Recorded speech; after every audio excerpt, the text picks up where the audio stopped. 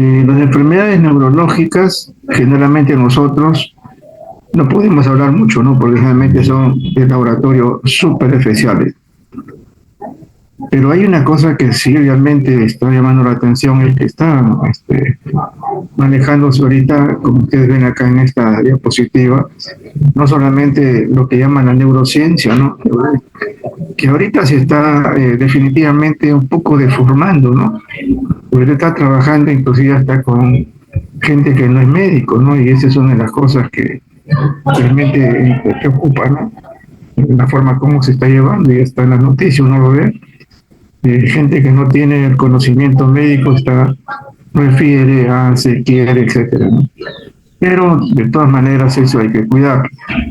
Dentro de las prácticas que se tiene, definitivamente actuales son estas, una resonancia magnética funcional, lo última cosa que se está mencionando, el uso de organoides también, ¿ok? Entonces, esto de aquí están haciendo como una especie de cultivo, y luego pues definitivamente manejar la inteligencia artificial. Esto es algo que definitivamente ustedes son los que van a desarrollarlo más, ¿no? Y siempre esperando que haya la ética y todo lo que significa el trabajo. Esto es para que no olviden, la anatomía es importantísima, y creo que van a ser no solamente neurólogos, sino también medicina interna, ¿no? Porque la circunstancia de las enfermedades o procesos neurológicos muchas veces se ven por emergencia.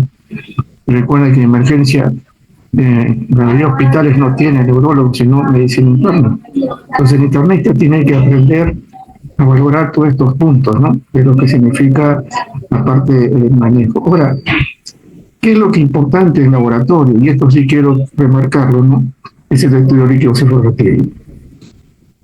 Esto prácticamente en laboratorio es el 90%. Y si ustedes pueden identificar muchas de estas cosas que vamos a mencionar el día de hoy, definitivamente están, yo diría, ¿no?, bastante completos con respecto al conocimiento de lo que es la parte neurológica. No podemos tocar enfermedades por enfermedades, sino lo que vemos nosotros por emergencia, ¿no? Y los acerca un poquito más al paciente en este caso. Que ven ustedes algunas características, la producción, etcétera, que es importante conocerlos, ¿no? Porque es definitivamente parte de nuestra carrera. Pero ahí tenemos nosotros lo que significa lo que más se utiliza para hacer el diagnóstico, ¿no? Y tenemos nosotros, como siempre les menciono, si no conocemos el color ni siquiera de la orina, no podemos identificar ya en nuestra imaginación, podemos decir, la forma como podemos tratar y cómo podemos avalar el diagnóstico del paciente. Si yo me encuentro acá con un color de líquido cefalorraquídeo pues de este tipo, diría que definitivamente es negativo, así de frente, ¿no? Que puede haber algunas excepciones, las hay, porque nosotros no tenemos una matemática en la parte de la vida, ¿no? Pero sí, definitivamente, ustedes tienen ahí la densidad, la presión de apertura, ¿no? Esto en hospitales se utiliza como una especie, ¿no?, de pulsador, podemos decir como un barómetro, ¿sí?, donde pueden justamente ver eso y también hacer una especie de diagnóstico, ¿no?, en este caso. Recuento de glóbulos rojos no debe haber, definitivamente. Recuento de glóbulos blancos está en este lapso, ¿no? Y vemos nosotros una diferencia. Generalmente no vemos más de 5, por más que sean neonatos. No vemos más de 5, es lo que es frecuente, pero esto es lo que está en la literatura. El cloruro está en este nivel, 20 es más alto que el suelo, se menciona, es importante. Proteínas también igual, ¿no? Y a veces en la parte lumbar es un poco más la proteína, pero en general vamos a ir. El lactato, que también nos ayuda a nosotros a hacer identificación de una infección, en este caso, ¿no?, meningia, o bacteriana en este caso también. La glucosa, que generalmente debe ser el 60% de lo que hay en la glicemia. Y hemos encontrado nosotros a veces glucosa muy alta en el cefalorraquídeo. Y suponemos que este paciente es un paciente diabético, ¿no? Entonces, descartando infusiones, lo que sea, ¿no?, lo que haya, tenemos que valorar también esa situación, ¿no? Que ya es una complicación más en la parte neurológica. La deshidrogenasa láctica, recuerden que cuando está esto subido siempre va a manifestar la deshidrogenasa de tejido, lesión de tejido, necrosis. Eso es importantísimo, ¿no? A nivel hepático, a nivel cardíaco y en este caso también a nivel neurológico, ¿no? Las gamas y el examen microbiano no debe haber ninguno. Hay algunas indicaciones, ¿no? Solamente resumirle acá. Definitivamente la primera es la infección al sistema nervioso central. Eso es importantísimo. Todos los médicos lo hacen cuando ven alguna manifestación, ¿no es cierto?, clínica del paciente. Enfermedades autoinmunes también, en algunos casos, el Guillain-Barré, no Barré, sino Barré, es importantísimo también hacerlo por esa diferencia, ¿no? Proteínica, ¿no? Que hay vasculitis, hemorragia subaranoidea, que es otra de las cosas, y podemos encontrar un sinnúmero. En la hipertensión intracraniana benigna está considerándose, pero no que tenga una hipertensión endocraniana, ¿no? Evidente. ¿Ok? Entonces ese es un problema también que hay que tener presente. Hay unas indicaciones, definitivamente. En las contraindicaciones relativas siempre se va a manifestar el recuento de plaquetas, ¿no? El recuento de plaquetas que debe estar entre 20.000 a 40.000, ¿cierto? Y la terapia con estas terapias que se utilizan también para ese nivel. Pero generalmente aquí es las plaquetas. Eso es lo importante, las plaquetas. En las condiciones absolutas definitivamente es hidrocefalia obstructiva, porque hay hipertensión en ese caso, diatesis hemorrágica, ¿no? Hay alteraciones propiamente en la coagulación. Si hay terapia anticoagulante, eso sí tiene que evaluarlo para el mismo médico, a ver si se retira y hacer esto, porque también es un riesgo. Y el recuento de plaquetas menor de 20.000 está contraindicado. Y acá podemos ver nosotros también algunas consideraciones más, ¿no? Infecciones locales de la piel, en este caso donde va a tomarse la muestra. La hipertensión endocraniana definitivamente no se debe realizar porque hay impacto, ¿no? O sea, en este caso puede ocasionar la muerte del paciente si se realiza por descompresión. Como les mencionaba, el líquido de borraquidio para nosotros es lo más importante del laboratorio. Y tenemos nosotros hoy la presión, que hemos visto ya, y la presión del líquido va a aumentar casi todo, ¿no? Tumores, meningitis, edema, hemorragia subaranoidea. Pero eso lo valora con respecto muchas veces a la que son de tipo más relativo, ¿no? Pero si hay una situación obstructiva, sí, uno debe tener cuidado para eso. Si están derivadas ese tipo de cosas con otro nivel, a veces con una parte de imagenología. Cuando disminuye es porque hay definitivamente un colapso circulatorio, fuga de líquido, seditación y bloqueo subaranoide espinal, ¿no? Entonces, esas son las consideraciones con respecto a la presión que he tomado justamente, inclusive hasta lo pueden observar, ¿no? Cuando ella sale con bastante fluido y uno tiene que tener ahí la cosa cuando observa, ¿no? Entonces uno tiene que estar presente y la toma debe ser muy adecuada también al paciente. Y esto generalmente nosotros lo hacíamos cuando estábamos, le hacíamos mucho a los lactantes pequeños, pero los adultos ya lo tenía que hacer el especialista en este caso. Como le mencionaba, el color es algo importantísimo, ¿no? Generalmente el color, cuando lo vemos como parece agua, se le dice cristal de roca. Es incoloro, ese es normal. Por eso, salvo excepciones, así con un color como esto hemos visto algunos leucocitos más, ¿no? Pero es muy rarísimo. Esto es lo normal. Hemorrágico, lo vamos a ver, definitivamente, ¿no? Que a veces cuando hacemos la centrifugación, se deposita acá los hematíes y está rosadito, ¿no? Puede ser amarillo anaranjado, también igual. Puede ser también este color por cuestión de trauma, o es una hemorragia subaranoidea.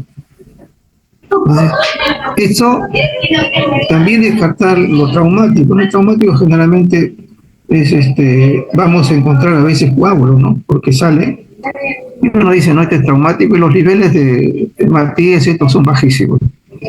Pero esto es lo que más frecuente vemos nosotros. Y esto es lo que piden ahí en emergencia, ¿no?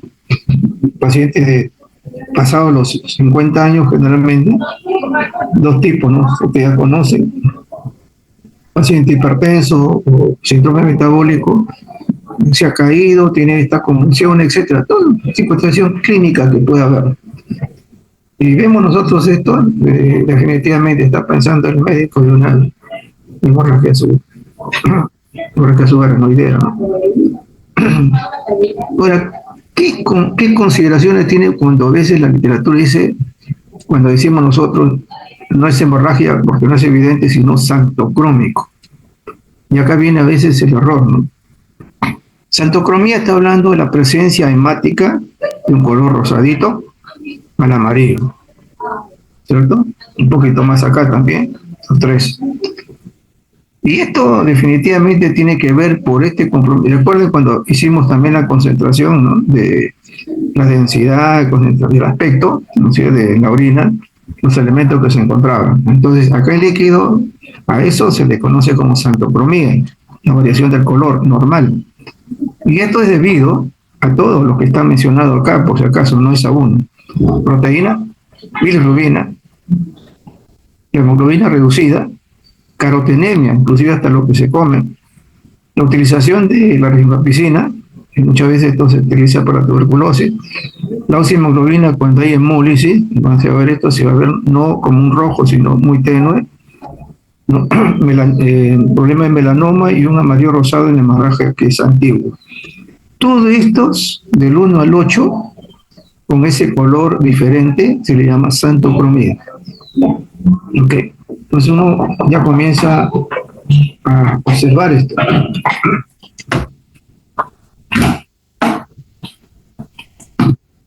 Entonces, cuando se les pregunte xantocromía, no van a pedir solamente que sea uno, son 8. Lógicamente se le va a pedir solamente, de ahí pues son los 3, ¿no? Para tener, pero esa es la variación que hay. A eso se le conoce como xantocromía. Entonces ya solamente dejando entonces cristal de roca, hemorrágico y xantocromía. Serían las 3 consideraciones para licocefalopatía. Y esto le está dando a ustedes ya un diagnóstico. Cuando el médico ve esto hemorrágico ya tiene eso, hay que precaver, hay que buscar ya la resonancia y todas esas cosas, ¿no? Toda la parte de imagenología y determinar, evaluar al paciente, ¿no? Ya con respecto a otros niveles. El aspecto, igual que la orina, transparente, límpido, ¿no? Que tiene que ver con el cristal de roca, opalescente, definitivamente, ahí estamos hablando de opalescente a turbio, ¿no es cierto? Opalescente, lechoso, etcétera. ¿A qué se refiere esto? A la presencia ya de proteínas abundantes, y cuando hablamos de proteínas ya, el icosefalorraquídeo, estamos hablando que hay proteínas de respuesta, o sea, hay un cuadro ahí inflamatorio o infeccioso. Y cuando vemos realmente opalescente y lechoso, estamos hablando pues, que hay leucocitos, y hay gérmenes. Esto que está al costado es los grumos. Si utilizamos un poquito de matiz, esto sería traumático. Pero cuando nos vemos así, y hay presencia de coágulos grandes, estamos hablando de que hay presencia de mucha cantidad de proteínas. Las causas generalmente, como se les menciona en todo esto, si es transparente limpio, esto no es, ¿no? Pero si hay esta variancia, tenemos que ver que es una meningitis bacteriana, tuberculosis. Hay presencia de inmunoglobulinas intracerebral, definitivamente que hay producción, también cuando hay estos casos. O trastornos también de la barrera hematoencefálica, ¿no? Que no permite, también hay función, eso eleva también los niveles. Entonces, principalmente bacterianas, o una respuesta intratecal. La glucosa en adulto, como mencionaba, que es el 60%, ¿no? De lo que está, si mal no me equivoco, vamos a colocar para no estar mencionando esas equivocaciones, ¿no? Normal en el adulto es 40-80, esto es normal. Nosotros encontramos a veces 60, pero cuando encontramos menos de eso ya es una preocupación y los médicos piden eso, ¿no? Hay una relación, definitivamente, cuando es valores muy bajos, se distingue, ¿no? De acá, cuando hay una relación, una relación. Los cambios de glicemia se dan también, no, esto no es constante, ¿no? Pues hay una evaluación posterior, pueden, entre los 30 y 90 minutos, o sea, 30 minutos, hora y media, puede haber variaciones, ¿no? Y eso es importante, por eso que esto no se va a tocar pues a cada rato, ¿no? Uno no va a hacer, hay un nuevo control de líquidos, siempre y cuando la evaluación se tiene que dar en el paciente pues bastante traumática, el paciente que está en compromiso, etcétera, y hay que evaluarlo si ha habido el tratamiento adecuado. Pero no es para hacerlo, no es como un análisis de sangre que nueva muestra, ¿no? No es así. No se estila ese tipo de situaciones frecuentemente. Entonces, ¿qué sucede? Cuando baja, y podemos decir nosotros menos de 45, que es lo normal, estamos hablando de bacteriana, tuberculoso, fúngica y hemorragia subaracnoidea. Miren esos cuatro: bacteriana, tuberculosa, fúngica y hemorragia subaracnoidea. ¿Por qué el consumo? Los hematíes consumen pues la glucosa, no solamente los gérmenes. Cuando hay una diabetes con hipoglicemia y su paciente, en tumores malignos con metástasis, meninges también, meningoencefalitis no bacteriana, puede haber también glucosa normal en virus. Eso es lo importante, ¿no? Generalmente va a ser una comparación, ¿no? Bacteriana, tuberculosis, meningitis fungi, hemorragia subaracnoidea, ahí podemos quedar. Y yo creo que es viral, la glucosa va a estar normal. Pues esa es la diferencia que los médicos también esperan tenerlo, ¿no? Esa es disminución, ¿no? Porque cuando hay aumento estamos hablando de otro tipo de cosas, ¿no es cierto? Ya hay un compromiso a nivel sistémico. ¿Qué es con las proteínas? Igual ahí están los valores. A nivel lumbar, como se dice, hay un poco más, ¿no? El recién nacido, pero que ven ustedes ahí algunas consideraciones, etcétera. Ahora, ¿por qué aumenta, no? Siempre va a aumentar porque hay una permeabilidad, ¿no? O sea, se pierde. Hay una disminución de la absorción de velocidad de saranoide y disminuye el flujo de líquido cefalorraquídeo, síntesis de inmunoglobulinas intratecal. ¿Y esto por qué? Porque generalmente son por situaciones de infección, y acá lo vemos nosotros abajo. ¿Por qué hay aumento de proteínas? Meningitis, todo lo que es medio tuberculosa, fúngica, a una viral así, pero no aumenta mucho, ¿no? Pero aumenta. La glucosa no. Pero en el caso del problema proteínico acá en los virus, sí, aumenta, no es mucho, pero aumenta, más de lo normal. Y ustedes ven acá hemorragia subaracnoidea, ¿no? Si podemos hablar solamente todas las meningitis, la hemorragia subaracnoidea, van a dar, aparte de las otras cosas, ¿no? Pero es lo más frecuente que vemos. Vamos a encontrar pues ahí que hay aumento de la proteína. La disminución tiene que ver con esto, ¿no? Generalmente siempre va a ser por pérdida, ¿no? De líquido. Y eso lo vemos cuando a veces hay traumatismo, ¿no? Que a veces hay pérdida hasta por vía nasal.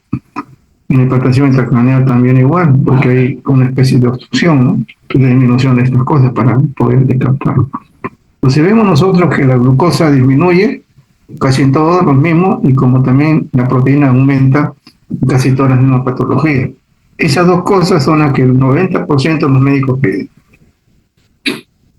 Una gamma globulina, que es importantísimo, líquido, definitivamente se podemos hacer un sinnúmero de variantes, ¿no? Todas estas patologías que vemos acá, aparte de las meningitis, encefalitis, virales, etcétera. Pero esta prueba sí es derivada, ¿no? Porque no se hace por emergencia. Generalmente son pruebas por electroforesis. Vamos a determinar, y generalmente tenemos que ver si hay otro tipo de patología, como una esclerosis, una neurosífilis, o enfermedades degenerativas. No sabemos que el Parkinson como Alzheimer, ¿no? Y síndrome de autoinmunidad también, que está presente, ¿no? Entonces, cuando hay mucho aumento de las proteínas, entonces se tiende a hacer este tipo de pruebas, ¿no? Frecuentemente. Pero realmente es para patología muy específica. No se hace para meningitis bacteriana, no es la costumbre. Los crudos también igual. El crudo dice, el hígado subarachnoideo es mucho más alto que en el suelo. y porque la concentración de proteínas es baja. Esa es la consideración, podemos decir, técnica, ¿no? Y el cloruro disminuye en estas dos, por lo menos en lo que se observa, ¿no? Bacteriana y tuberculosis, lo que más se observa. Es lo que cloruro. Teniendo más o menos aquí, ¿no? Menos de 500, no de 120, sino acá, de miligramos por decilitro. No es mi equivalente. Otro es lo que mencionaba, es la deshidrogenasa, ¿no? Que es importantísimo, que eso siempre va a revelar definitivamente patología, lesión o necrosis. Y la frente de estos son los neutrófilos y linfocitos, ¿no? Y hay isoenzima, ¿no? Y acá hay dos que, son, que se especifica, ahorita ya no solamente se hace una sola, ¿no? Sino hay isoenzima, y en este caso meningitis bacteriana. Nosotros que por generalmente que hacemos, pero es la total, ¿no? No es isoenzima. Están elevadas en las leucemias, y hay una diferencia que se menciona, quizás esto es lo más importante, ¿no? Si es viral, menos de milimol por litro, como valor referencial. Si es mayor, estamos hablando de bacteriana, tuberculosis fúngica. Eso es lo que da un valor a lo que significa deshidrogenasa láctica, como también hay otras patologías, ¿no? Pero esto es lo que más se utiliza esa diferencia. Tiene la diferencia, tienes la glucosa, tienes proteína, y respecto a eso ya el médico está suponiendo alguna patología muy específica. El ácido láctico, que también es otra de las cosas que se derivan de problemas infecciosos, sépticos, y también se observa, ¿no? El líquido también depende de la tasa de producción en el cerebro, ¿no? Recuerden eso. Es independiente de qué, del lactato sérico. Por esa razón que siempre dice, hay esto y porque hay un problema netamente neurológico, ¿no? No es a nivel lo que es en sérico cuando vemos una situación de sepsis, ¿no? Pero otra cosa es. Indicador del metabolismo cerebral, distingue la meningitis bacteriana de la viral. También, ustedes vemos acá, cuando tenemos estos niveles, estamos hablando de nivel leve, igual que en antes, ¿no? Con la variación que a veces puede haber en unos componentes viral. Pero cuando es mayor, estamos hablando de que, en algunos casos, esto lo han hecho en trabajos de investigación, es bacteriano, pero en algunos casos dice, si tengo los valores de este tipo, puedo sospechar que esto puede ser por Neisseria o neumococo. ¿Sí? Esto está diciendo que ese es un diagnóstico, ¿no? Si no está presumiendo eso, pero generalmente el ácido láctico está en todo lo que es infecciones bacterianas, ¿no? En general. Y el aumento, como se dice, todo lo que signifique hipoxemia, isquemia, generalmente tiene que ver con cuadros meningios, como ustedes ven acá, todos los cuadros meningios, sino que acá lo está hablando por cantidad, por si acaso, ¿no? No es que sea así. Acá lo valoran por cantidad. Pero un lactato aumentado va a significar esto, hay isquemia. En cualquier obstrucción, que puede ser por meningitis bacteriana, fungio, tuberculosis, también por tumores, infarto cerebral, edema, hemorragia subarachnoidea, va a haber aumento del ácido láctico.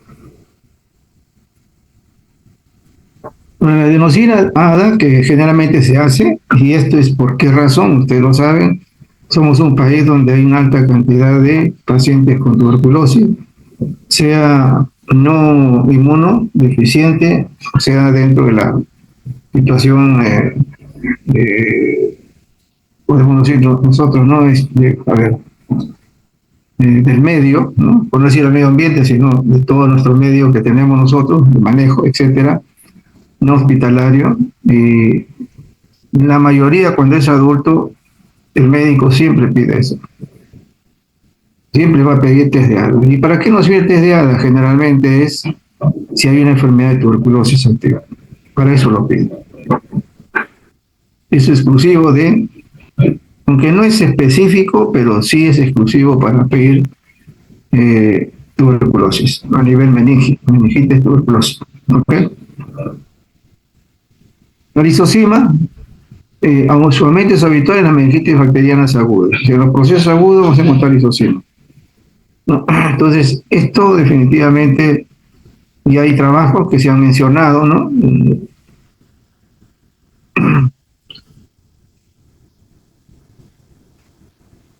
Y esto es como una enzima, pues, que evita, ¿no? la presencia como una especie de defensa, ¿no? Y esto aparece, dicen, en muchos organismos, virus, insectos, ¿no? No sé, todo. Generalmente nosotros tenemos mucho en las lágrimas, ¿no? Para componer.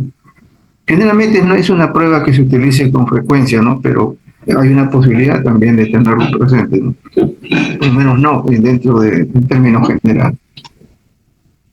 Ahora, ya hemos visto la parte física, un poco la parte química, podemos decir, y ahorita la citológica, y ven ustedes acá, menos de 5 células, igual a menos 5 es normal. Y generalmente son de tipo, y acá es cantidades, ¿no? Pero se verifica esto. La mayoría de casos son linfocitos, o células mononucleares, ¿no? La mayoría. Y es caso que puede haber, por decirles, de los 5, 4 pueden ser mononucleares y uno polimorfo, ¿no? Pero cuando vemos nosotros que hay más de 10 células, sí estamos hablando que es algo patológico. Y vemos nosotros, hemos encontrado así, innumerables, muchas veces en pacientes, generalmente con inmunidad, ¿no? Son con inmunidad baja, ¿no? Acá solamente para mencionarles, porque esto ya algo lo tenemos nosotros como parte de conocimiento, ¿no? Pero es bien difícil determinar esto así. Pero en general, vamos a verlo. El aumento neutrófilo siempre va a estar con todas las que hemos mencionado en todas esas patologías meningitis, ¿no? La parasitaria, ¿no? Los linfocitos generalmente tenemos en estos casos la neurosífilis, el VIH, el ES, etcétera, y el viral. Inclusive hasta la tuberculosis, ¿no? Porque cuando hay muchos mononucleares, estamos pensando en tuberculosis, meningitis viral, neurosífilis, tuberculosis y algunos problemas de tipo inmunidad, ¿no es cierto? Que vemos acá. Y cuando son neutrófilos, generalmente vemos neutrófilos, estamos hablando de una meningitis aguda, ¿ok? Y está todo lo que hemos mencionado antes, ¿no? Bacteriana, viral, ¿no? Tuberculosis, fúngica, etcétera. Ahora, ¿qué tiene que ver meningitis viral que aumenta más que al comienzo todas las meningitis van a empezar así, ¿no? Pero permanece luego como mononuclear la viral. Al comienzo, bacteriana sí, tuberculosis sí, fúngica sí. Esta parasitaria también van a ver ustedes este tipo de neutrófilos, ¿no? Y ahí vemos, ¿no? Es una cosa que ustedes ya nosotros lo hemos visto de manera más rutinaria, ¿no? Pero aquí, por ejemplo, va a haber inclusive la presencia de eosinófilos. Eso es otra característica, ¿no? Que siempre va a ser cuando hay infecciones parasitarias. Y eso lo observamos nosotros en pacientes con problemas de inmunidad. O sea, que sea el HIV o cualquier otro tipo de problema, y se contagia, contamina, se infecta, etcétera, de complicación con parásitos, va a haber presencia mayor de eosinófilos. Esa es una de las características. Tenemos nosotros, van a tener ustedes un paseo por microbiología en una de las prácticas, hay que no olvidarlo, ¿no? Y algunos componentes más ¿no? Para que ustedes lo tengan presente. Ahora, hemos revisado así de manera muy, muy somera, pero que nos va a ayudar a ustedes sobre todo, es valorar el líquido de forraquide. Para nosotros sí es importante eso. Eso tiene que hacerlo. Esto ya son situaciones que manejamos en algunos casos, pero no totalmente, porque tenemos limitación. Y casi todos son por líquidos de forraquide también. Así que no hay otra. Conocer el líquido de forraquide en general es importante y eso es lo que nosotros deseamos que ustedes puedan tenerlo presente. Tenemos nosotros las convulsiones, ¿no? Tenemos convulsivos. Y una de las cosas que yo le pregunté al neonatólogo, una oportunidad, un amigo, ¿no? Me dice, oye Manuel, los recién nacidos tienen síndrome convulsivo, tienen, sí, me dijo. ¿Y a qué se debe? Le pregunto, ¿no? Generalmente él me dice, porque hay un problema en el parto, ¿ok? Y podemos nosotros señalar acá hemorragia cerebral, encefalopatía, hipóxica, etcétera, todo lo que... Pero ¿qué pido, no? Porque en la importancia nosotros lo que pedimos. Y él pide calcio y glucosa, es lo que pide. ¿Y por qué le digo? Porque cuando hay hipoglicemia, y recién nacido comienza a convulsionar. Cuando hay hipocalcemia, que también significa mucho el calcio y el magnesio, también convulsiona. Las otras causas pueden ser sufrimiento fetal, etcétera, que normalmente está con el parto, ¿no? Pero estas cosas de laboratorio sí los piden. Entonces ya ahí determina, oye, ¿cómo está la glucosa? Ah, la está abajo, le dan su glucosa.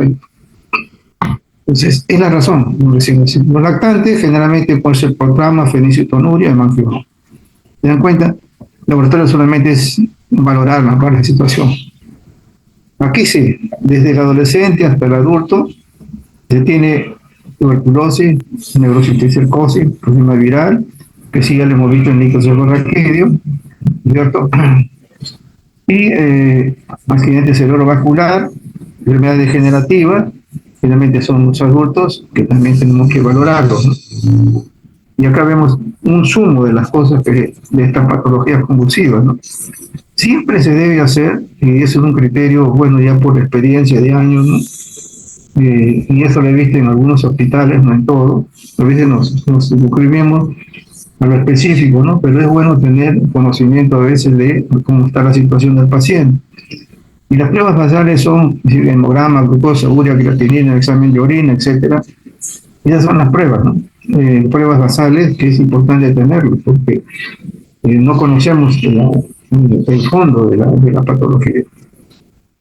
Los electrolitos que hemos mencionado, que de todas maneras el calcio y el magnesio son más importantes para estos casos, pero no deriva eso de potasio, porque los electrolitos los manejamos en una sola máquina, ¿no? Entonces van a salir de todas maneras.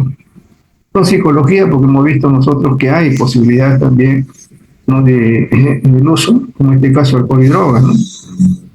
Porque a veces se convulsiona y vemos un olor medio especial y hay que hacerle pues la prueba. Bilirrubina, porque sí puede haber, por eso, ¿no? Acá hemos pasado también un caso de recién nacido, hay que pedirle, o sea, la prueba de simpatía siempre se le pide, y el médico siempre va a pedirle licocefalorraquídeo. ¿Y por qué? Porque el cuadro meningio, en el adulto ACV, serología y Western en los adultos. En este caso, ¿no? Porque eso va a dar también convulsión. Y las otras ya son todo lo que es el encefalograma o imagenología.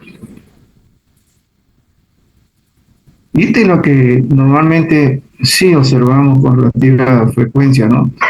El gran consumo de carne, ¿no? Y a veces no está bien cocinar y nos gusta mucho el chicharrón, hay que saber dónde. Nosotros hemos visto esos casos, ¿no? El caso, recuerdo de una estudiante que estaba haciendo una rotación en el hospital, y venía del norte, venía de la parte de la selva, y comenzó, estando ahí a mitad del ciclo de internado, comenzó a tener mucha cefalea, ¿no? Cefalea y se desmaya. Y uno vería pues que no tenía nada, ¿no?, de patología, y cuando le van a examinar le hacen todo, no solamente laboratorio, sino también la parte de imagenología, observa que tenía, y ese era el causante, ¿no? Muchas veces el consumo en estos lugares no es tan adecuado, ¿no?, con respecto a la forma de preparación. Y recuerden ustedes que estos citocercos viven en órganos de hospedador semanas, meses. Y ese es el asunto. Podemos estar ahí y luego aparece un problema. Provoca la evasión de inmunidad, también es otra de las cosas. Madura en semanas u años. Por eso que en definitiva a veces los síntomas se disgregan, se puede decir, ¿no? Inclusive a veces cuando ya se enquista y muere, también a veces queda esa reacción inflamatoria y efectivamente ya provoca todas esas manifestaciones, ¿no? Y vemos nosotros aquí en el Perú, generalmente el diagnóstico, generalmente en los lugares donde se hace la parte de neurología, el Instituto Nacional de Ciencias Neurológicas, ¿no?, el 10 al 12% de casos es por esta parásito. Descarguemos nosotros el quiste, los granulomas y luego la calcificación. Y estos son los que producen y lo que va a llegar pues a producir mayores síntomas, ¿no? En laboratorio hay una cosa que sí ha cambiado bastante, el diagnóstico, podemos tener la imagenología, vemos los quistes, todo eso, no estamos diciendo que eso no sea parte del diagnóstico, pero el diagnóstico es hallazgo de qué, pues, ¿no es cierto? Eso ya el criterio con esta pandemia hemos sabido, ¿no? Tiene todas las sintomatologías, decimos que este es COVID, y pues, lo tenemos que llevar de todas maneras al PCR, ¿no es cierto? La ciencia de la polimerasa, la parte biológica, inmunobiológica, para decir si esto es COVID-19. Igual sucede aquí. ¿Cuál es el diagnóstico de la enfermedad? Westerbork. Lo vemos acá a la derecha. Podemos ver eosinofilia al 10%, eosinófilo en un hemograma, sí, pero no siempre es frecuente.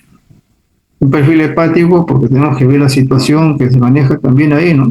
En vez de regla, podemos hacer sífilis, aglutinaciones, porque puede ser algún otro parásito o puede ser algunas bacterias, ¿no?, que provocan esto. Y se hace también en heces, parasitología seriada, que con el 15% hayan también al parásito. Hay que pedir también inmunoglobulina, vamos a ver inmunoglobulina E, vamos a ver también eso. Serología, y lo que se hace en la serología es por ELISA, alteración del antígeno, y eso se utiliza para hacer el seguimiento, si el tratamiento ha sido efectivo, ¿no? O detección también del antígeno en heces, que son cosas que se está realizando, ¿no? Detección de anticuerpos también, que también es inversa, ¿no? Que ya en otros países se está haciendo ese tipo de cosas. En líquido-cefalorraquídeo, ¿qué vamos a observar? Aparte del diagnóstico, ¿no? Es como parte de la forma de valorar todos los elementos, ¿no? Va a haber cipliocitosis, que puede ser leve o moderada, con presencia de eosinofilos. Hay aumento leve o moderado de proteínas, aumento de la inmunoglobulina, y de aquí se hace la prueba de fijación del complemento, que es positiva, y detección también del antígeno. Y el neuroimagen, ¿no? Acá tenemos el sistema ELISA, acá tenemos el Westerbork. Entonces, son cosas como acá y la parte de imagenología que ustedes han visto. Pero el diagnóstico definitivo es por Westerbork. Por enfermedades degenerativas, Parkinson, definitivamente no entramos a eso mucho. Acá le he dejado algo para que usted lo lea con tranquilidad. Todo el proceso, las degeneraciones, la sintomatología. Esto prácticamente, así como está en general, no necesitan más diagnóstico, ¿no? El asunto es evitar esto, detectar esto. Ese es el asunto del laboratorio. La enfermedad está manifiesta, pero lo que se está utilizando en la actividad los médicos es antes que empiece. Y vemos nosotros que ya hay elementos de diagnóstico, de Parkinson que estamos hablando. Ya en Japón se ha visto esto y se ha puesto los genes, etcétera. Y luego también por manifestación de estas imagenologías se está viendo disminución progresiva. Luego se ve cómo está la dopamina, etcétera. Entonces se hace en conjunto todo esto y hay algún problemita, ¿no? Lo que se observa generalmente es pérdida neuronal en cuerpos de Levy. Y acá vemos los componentes del cuerpo de Levy, ¿no? Finocleína, burqueína, sinfilina, etcétera. Todos estos son componentes del cuerpo de Levy. Esto ya implicando pues, que hay un daño neurológico. Dice, el alfa-insulinergia es el mayor componente del cuerpo de Levy, proteína sináptica, el citosol, expresado ampliamente en el sistema nervioso central. Acá hay transporte de vesículas sinápticas y también en enfermedades va a haber mutación y duplicación de esta, en este caso, este componente proteínico que se degenera. Y acá vienen algunas consideraciones también, algunos mencionan también que las priones, ¿no? Porque no, en realidad no se conoce, en realidad las causas, ¿no?, son múltiples. Y vemos nosotros acá, posibles causas de muerte en una enfermedad de Parkinson. Alteraciones genéticas, como hemos visto al comienzo. Agregación proteica normal, como estamos ahí nosotros con la nucleína, ¿no? Alteración mitocondrial es lo que sucede también, que hay un desfase aquí.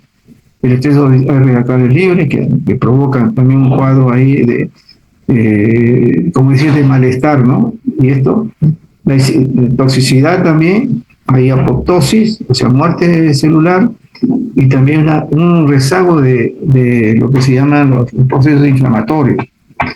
Acá vemos nosotros lo que hemos mencionado, algunos tipos de neuroimagen, etcétera, y la ecografía también de sustancias negras, que ahorita ya, como se menciona, la parte de imagenología es importantísima, hacer todos estos hallazgos, ¿no? El laboratorio, ¿qué es lo que actualmente se observa? Se ha visto que hay, igual que en patologías que a veces está viendo el autoinmune, y se está utilizando una especie de vesículas que salen y que son específicas para ciertas enfermedades, ¿no? Generalmente tipo tumoral, etcétera, que se observa en orina, etcétera, etcétera, etcétera. En este caso, he visto que hay unos exosomas, ¿no? Son esferas derivadas de las células, en este caso estamos hablando de líquido, también la sangre, en la orina, y se puede usar en los biomarcadores, como la enfermedad de Parkinson, ¿no? Pero también, aparte de que aquí hay elementos metabólicos en esta exosoma que pueden ser un biomarcador para la enfermedad de Parkinson, cuando ve ahí que hay metabolitos que definitivamente ahorita son un poquito engorrosos, están mencionando, pero si hay elementos de metabolismo, etcétera, de la parte neurológica, se puede manejar, inclusive hasta el líquido, no solamente en eso, sino que se está usando estas exosomas, ¿no? Y se descarga con una enzima. Mire hasta dónde, algunos que va a hacer neurología, ¿no? Porque es un gran antioxidante y va a evitar la inflamación que lógicamente va a estar dañando, ¿no? Con estos radicales libres, etcétera, ¿no es cierto? Daña las neuronas. O sea, es un tratamiento interno, se puede decir en este caso, utilizando estas vesículas, microvesículas, que va a ser definitivamente para muchas enfermedades su tratamiento. Otra de las cosas que se está haciendo, no lo sé aquí personalmente, es la biopsia de piel. ¿Y por qué biopsia de piel? ¿No? Que tiene que ver con enfermedad. Se dice que hay una unión, ¿no es cierto?, fosforización, la unión de un grupo fosfato y la molécula alfa-sinucleína, que puede dar como resultado una forma particularmente dañina de la alfa-sinucleína, o sea, lo altera. Esto de acá se puede encontrar, dice, en los nervios de todo el cuerpo, incluidas las fibras nerviosas de la piel.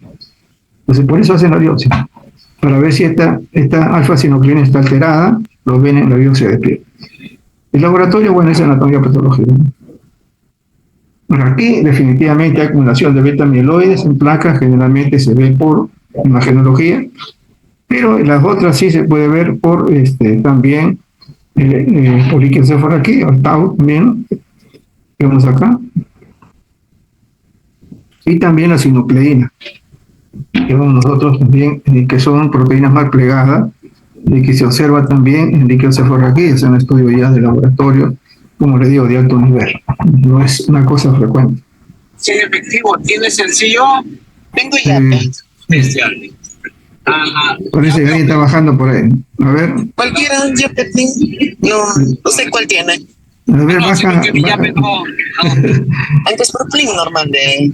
A ver, baje su teléfono. Tengo la aplicación ya. Entonces. También Plin también tengo. No sé quién alguno será, pero sería bueno comunicarle que el internet sí me puedes pasar a mí. Okay. Que baje su micrófono. Intentar que no diga otra cosa, ¿no? Bueno. Otras medidas que se ha visto es la ceruloplasmina, porque se ha visto que hay depósitos de cobre y de fierro, pues.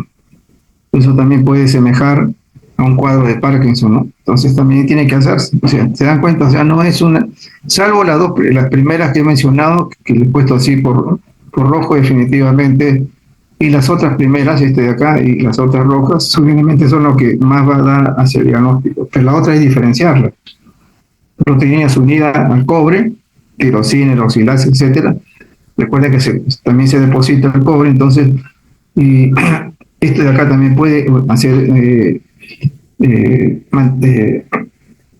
en lugar de hacer el uso normal, van a provocar pues también que haya alteraciones.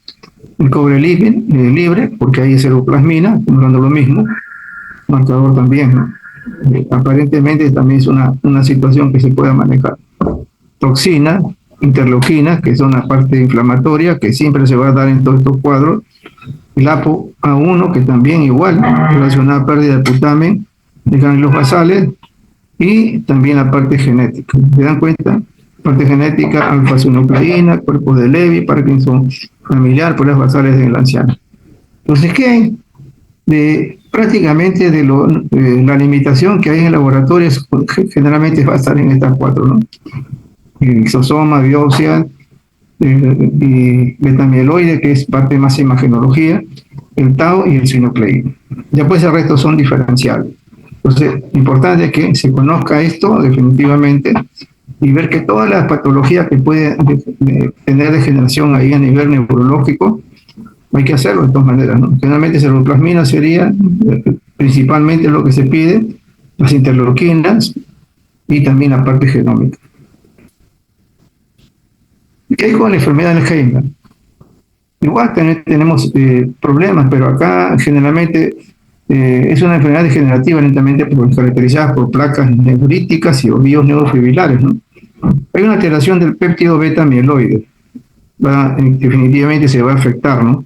Generalmente el lobo temporal medio y también las neocorticales. Acá se menciona que hay una disfunción mitocondrial y también hay signos de mitofagia, ¿no? Factores también no se conoce y vemos nosotros, ¿no? Pero una cosa que estuve revisando, realmente me llamó la atención, ¿no?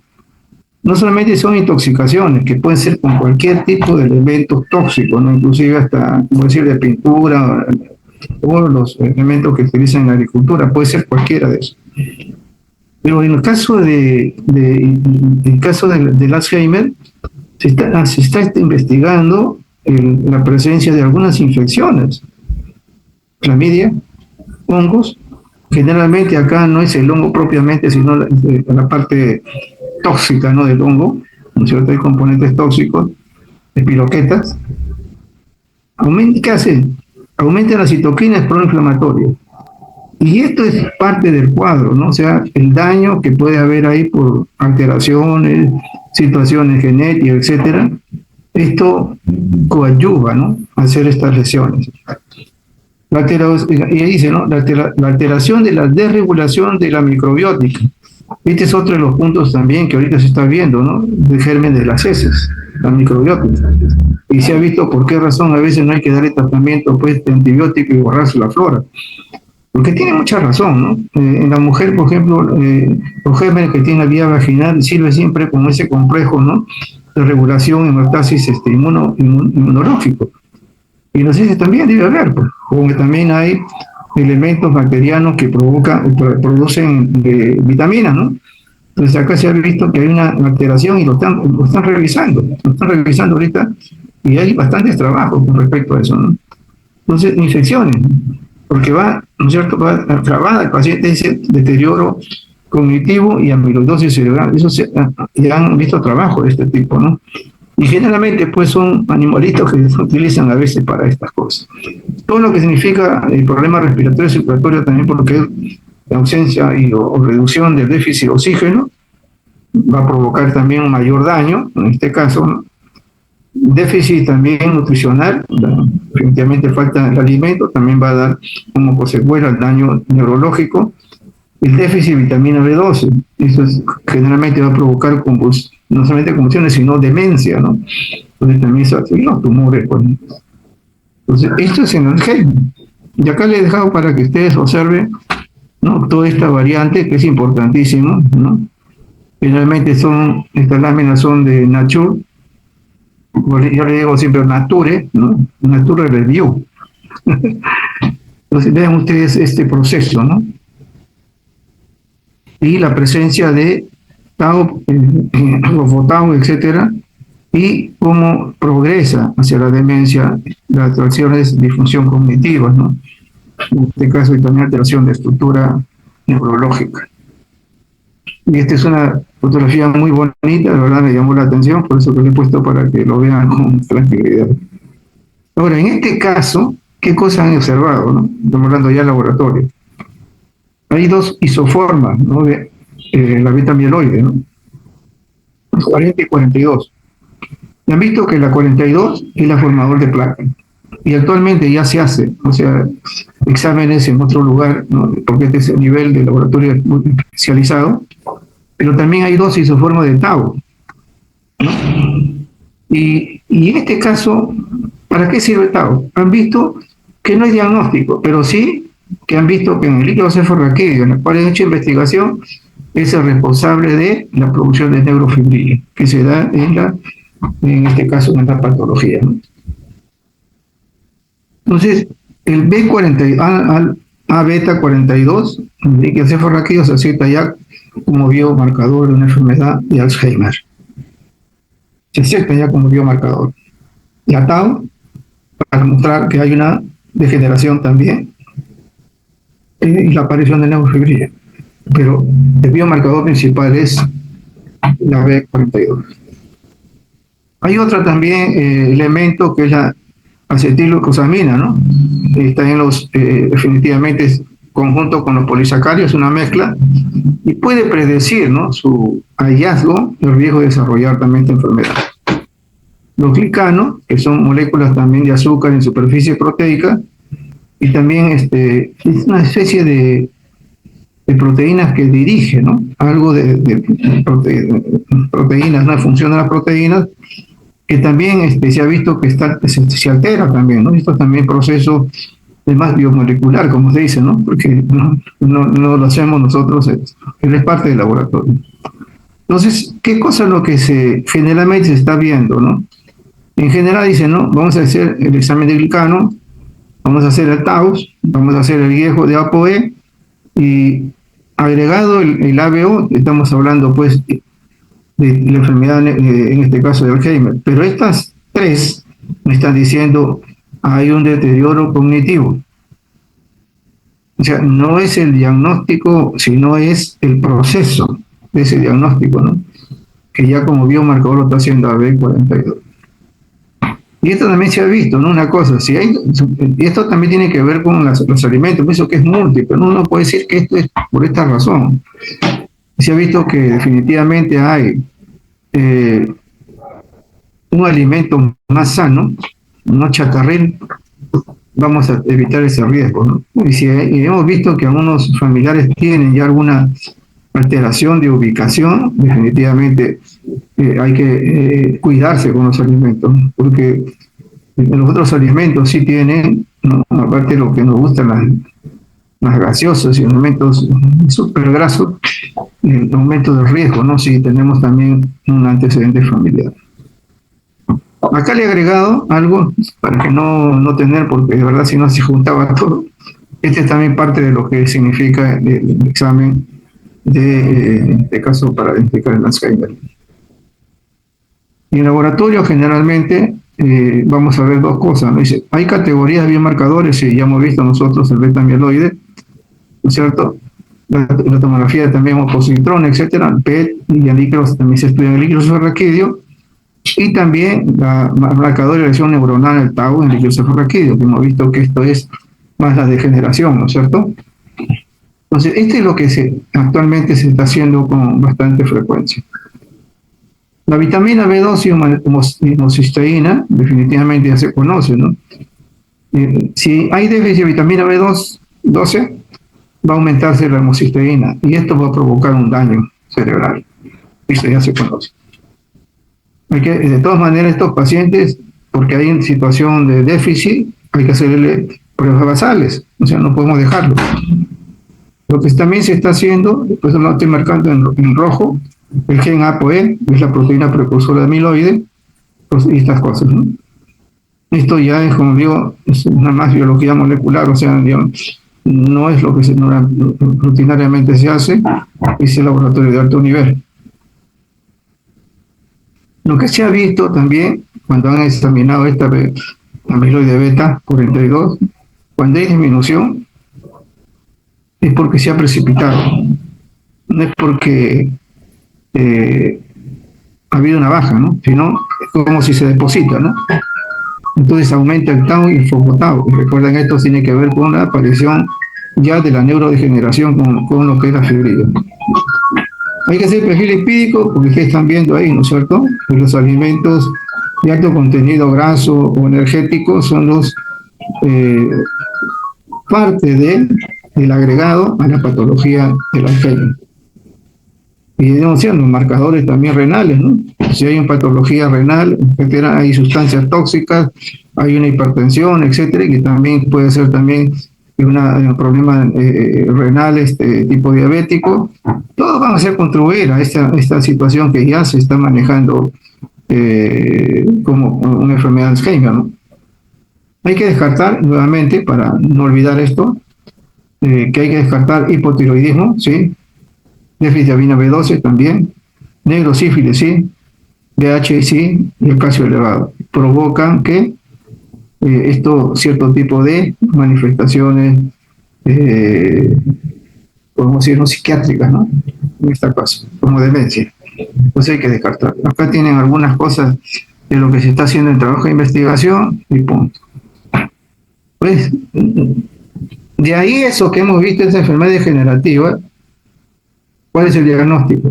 Ok, es importante. Las otras tienen que conocerlo de todas maneras por toda la secuencia, ¿no?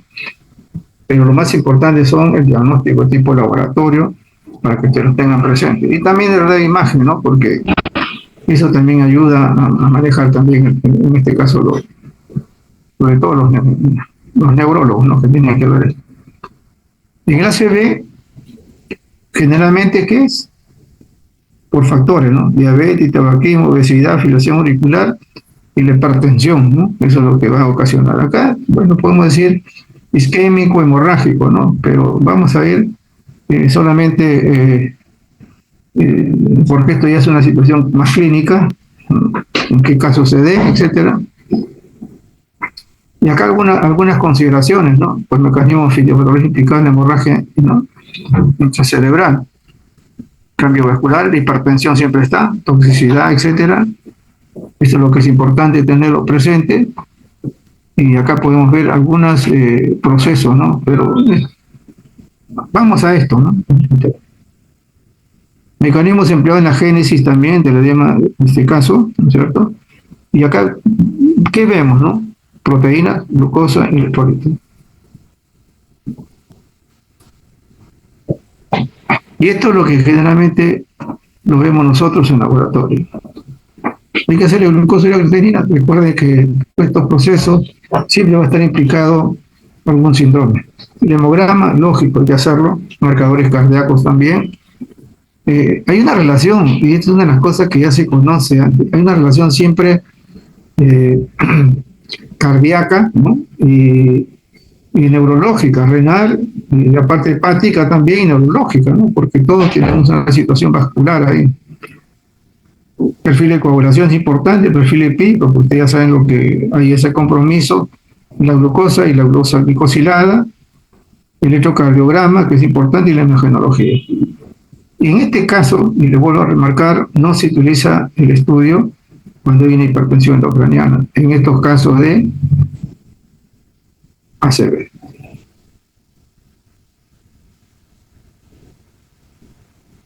La hemorragia suranoidea, hay consecuencias, todo lo que ustedes mencionan acá, ¿no? La hipertensión es una de las cosas que siempre va a existir, etcétera. Acá hay una clasificación que deben conocerlo más ustedes. ¿Qué vemos nosotros? Si vemos un líquido, ahí viene por eso el color. Si ustedes ven un líquido cefalorraquídeo sanguinolento a la hora de salir, es una hemorragia suranoidea.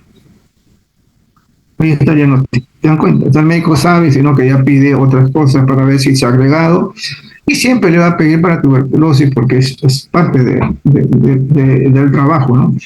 Pero ya hay, el color está haciendo un diagnóstico. Cuando hay una sospecha clínica, y eso tiene que ver quizás por la cantidad de matías que hay, ¿no? Tenemos que ver si realmente esto es traumático, ¿no? Y generalmente lo que se observa acá son componentes de algunas proteínas, ¿no? Unos coagulitos, entonces vemos. Y que esto no es cantidad muy elevada, pues, ¿no? Porque a veces se sospecha, pero no, y una imagenología va a ayudarnos también en eso. Recuerden que esto estamos hablando acá, cuando hablamos de esta cantidad de células, tinte rojo, rosado, naranja, santocromía. ¿Ok? Esto lo han hecho como trabajo también. Personalmente, siempre nos entregan los médicos a veces hasta 2 viales. Es probable que lo hagan los terceros también, porque es igual que la orina, ¿no? La prueba de los 3 vasos, ¿no? Generalmente solamente nos entregan 2.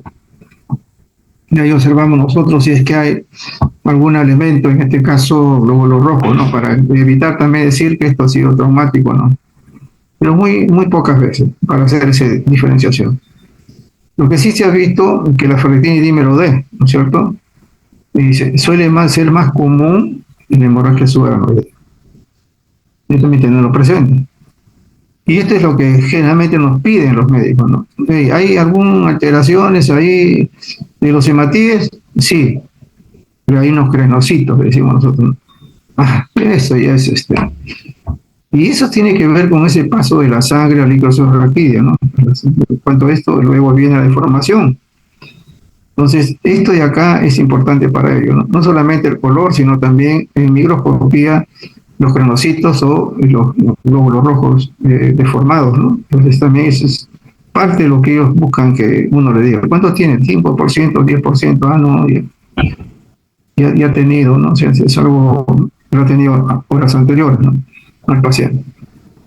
Y acá se va a presentar nuevamente, ¿no? Nuevamente les digo, podemos encontrar oncimolobina, bilirrubina, metorrina en coloración amarillenta rosada, santocromía. Y la resonancia, ¿no? Que es importante también tenerlo para determinar dónde afectaba más, ¿no? El TEC, ¿cuál es la importancia del TEC? Generalmente ya esa parte clínica, neuroquirúrgica, punto, ¿no? Que tiene que conocerlo. Generalmente es por las complicaciones, o sea, ¿es cerrado o es abierto? Y si definitivamente si hay un compromiso externo, tenemos que evitar que no haya un compromiso séptico. Recuerden que ahí es gravísimo a nivel de eso, ¿no? Digamos si hay una hemorragia, etcétera, hematomas, etcétera, o hemorragia difusa, etcétera. Entonces, esto es lo más importante, esa complicación cuando es un traumatismo de tipo abierto, ¿no? Un hemograma entraría como una situación quirúrgica, ¿ok? Como una situación quirúrgica. Y lógicamente de la herida hay que tomar una muestra, si hay pérdida de líquido también se hace una muestra, y eso definitivamente va hacia el diagnóstico microbiológico, ¿no? Pero este ya es una cirugía. Ahora, esto es lo último, la meningitis, tenemos casos de bacteriana, etcétera, ¿no? Y lo más frecuente. Acá quería que vieran ustedes nada más esto, el cuadrito, ¿no? Que es importante, ¿no? De entre los virus, este es lo más frecuente. El recién nacido, tienen ustedes estos gérmenes que frecuentemente se pueden dar. Infantes, o sea, lactantes pequeños, neumococo, Neisseria, tipo B. En jóvenes, neumococo, tuberculosis, criptococo. Y en adultos también neumococo, tuberculosis, criptococo también. Acá sí, no lo olviden. También eso. Entonces, esto es lo importante tenerlo presente cuando hay un cuadro ya meningio, una meningitis, ¿no? Que generalmente decimos bacteriana, ¿no? Generalmente es por contigüidad. Es lo que generalmente se da en este caso en niños pequeños y también en los ancianos. En laboratorio, generalmente le he dicho, ¿no? Pruebas basales, hemograma, glucosa, urea, creatinina, examen de orina. Muchas veces junta pruebas hepáticas, hay que ver la situación real del paciente y acá determinar si esta es una meningitis bacteriana, meningitis viral, meningitis micótica, meningitis por tuberculosis. Vamos a ver el color, la parte citoquímica, hacemos el GRAM, si es tuberculosis hay que hacer el SIN-Nielsen, y se hace aparte de eso un examen directo. Cuando llega el líquido siempre hacemos un examen directo para ver los componentes, porque el sedimento aumenta, pero si en el directo vemos abundante, ya ni vuelta que dar. luego se hace el cultivo, definitivamente. En algunos casos, cuando hay un compromiso también mayor, el médico quiere saber de dónde pasa, ¿no? De dónde es, y generalmente pide el hemocultivo. Y eso es lo que generalmente pasa. Entonces, reitero, la idea es que ustedes, en la parte del laboratorio, no hagan referencia, ¿no? ¿Cierto? Entonces, no estamos ahí a determinar de dónde es el origen del Alzheimer, el Parkinson, sino qué pruebas se están utilizando para poder ayudarnos al diagnóstico. Y generalmente estoy remarcando eso que sí deben de conocer. ¿Ok?